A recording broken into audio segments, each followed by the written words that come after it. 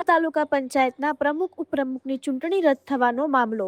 સાંસદ ગિનીબેન ઠાકોર કોંગ્રેસના કાર્યકરો સાથે ધરણા પર બેઠા। સાંસદ ગિનીબેન ઠાકોરે ચૂંટણી અધિકારીની ભાજપ સાથે મિલીભગતના લગાવ્યા આરોપ। ચૂંટણી અધિકારી ચૂંટણી સમય 1 કલાક લેટ આવ્યા સાથે અંદર સભ્યો વચ્ચે બોલાચાલી થતી હતી તે દરમિયાન ચૂંટણી રદ કરી। ચૂંટણી અધિકારી ભાજપનું ગુલામ હોય તેમ લોકશાહીનું મર્ડર કરવા મેદાનમાં આવ્યા છે। આજે અમે અધિકારી પાસેથી પ્રોસિડિંગ લઈ લઈશું। અહેવાલ દિલીપસિંહ રાજપૂત, વાવ, થરાદ, બનાસકાંઠા। સમગ્ર રાજ્યની અંદર સ્થાનિક સ્વરાજની ચૂંટણી પત્યા પછી જિલ્લા અને તાલુકા પંચાયતની ચૂંટણી માટે જે ચૂંટણી પંચ અને સરકારે જે તારીખો નક્કી કરી એ પ્રમાણે આજે દિયોદર તાલુકા પંચાયતના પ્રમુખ ઉપપ્રમુખની વરણી માટે પ્રાંત અધિકારી મારફત ચૂંટણી થવાની હતી। તાલુકા પંચાયતમાં કોંગ્રેસના ચૂંટાયેલા 12 સભ્યો છે, ભારતીય જનતા પાર્ટીના 10 છે।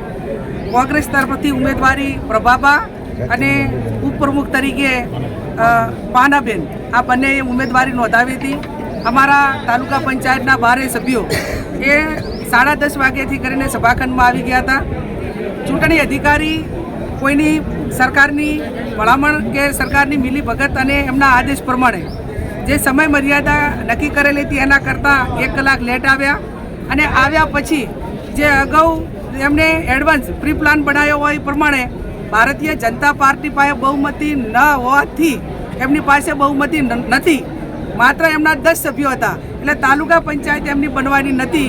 એના કારણે એમને સૂચના આપવામાં આવી કે તમે અંદરો અંદર બબાલ કરીને એકાબીજા સાથે બાજવાનું અને પછી લો એન્ડ ઓર્ડર એટલે કે કાયદો અને વ્યવસ્થા જળવાનું નથી, એ રીતે કરીને ચૂંટણી મુલતવી રાખવી આવું આયોજન એ ભારતીય જનતા પાર્ટીના આગેવાનો, સરકાર અને સરકારમાં બેઠેલા જે અધિકારીઓ કે આમ તો બ્યુરોક્રેસી એટલે ન્યાય ઉપર બેઠેલી એ સીટ હોય, એ ખુરશી હોય, એને ચૂંટણી પંચના નિયમ પ્રમાણે ચૂંટણી કરવાની હોય, પણ ભારતીય જનતા પાર્ટીના સભ્યો એ અંદરો અંદર એકાબીજાની બબાલ કરીને ચૂંટણી બંધ રખાવવા માટે કરીને ઝઘડો કર્યો એવા સમાચાર અમને બહારથી મળ્યા અને એ પ્રમાણે ચૂંટણી અધિકારી તટસ્થ નહીં પણ સરકારનો એક ગુલામ હોય, એક સરકારનો હાથો બની ગયેલો અને લોકશાહીનું હનન કરવા અને લોકશાહીનું મર્ડર કરવા માટે જ્યારે અધિકારીઓ આ મેદાનમાં આવ્યા હોય ત્યારે આવા અધિકારીઓને અમે જે હાઈકોર્ટમાં લઈ જવા પડે, એક જ્યુડિશિયલ રીતે અમારે ન્યાય માગવો પડે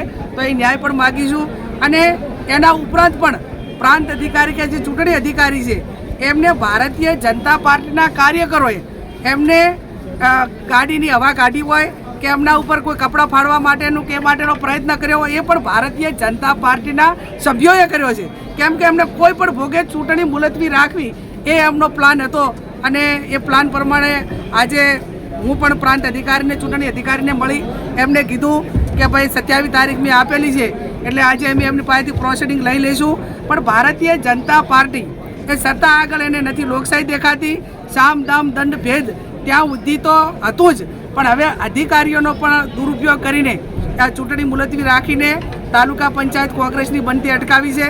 અમે હાઈકોર્ટમાં દઈશું અને જ્યારે પણ ચૂંટણી થાય ત્યારે અમારા 12 સભ્યો અડીખમ રહેશે અને તાલુકા પંચાયત કોંગ્રેસની બનશે। દિયોદરની જનતાબેન ક્યાં સુધી રાહ જોશે? એક તો 8 વર્ષે તો ચૂંટણી આવી છે, પહેલાં 5 વર્ષે તાલુકા જિલ્લા પંચાયતની ચૂંટણી આપવી પડે, એને બદલે છેલ્લા 3 વર્ષથી તાલુકા પંચાયતની ચૂંટણી નથી આપી જિલ્લાની તાલુકાની, એને 8 વર્ષ થઈ ગયા અને 8 વર્ષ પછી પણ જ્યારે એમને ચૂંટણી આપી છે ત્યારે ઘણી ગાંઠી તાલુકા પંચાયતો કોંગ્રેસ પાર્ટીની જે લોકોએ મત આપ્યા છે, લોકોએ એમને ચૂંટ્યા છે અને છતાં પણ એમને પચતું નથી।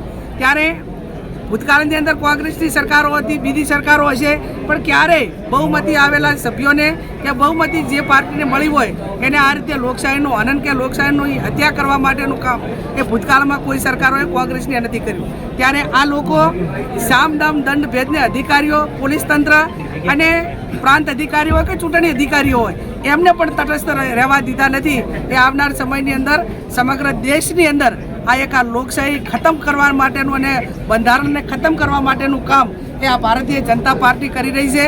હરકીસ કોંગ્રેસ પાર્ટી એ અંગ્રેજો ગોરો સામે લડી હતી અને આજે આવા ચોરો સામે લડશે, અડીખમ રીતે લડશે અને તાલુકા પંચાયતની ચૂંટણી જ્યારે એમને આપ્યું હતી એટલે આપે પણ કોંગ્રેસની જ બનશે।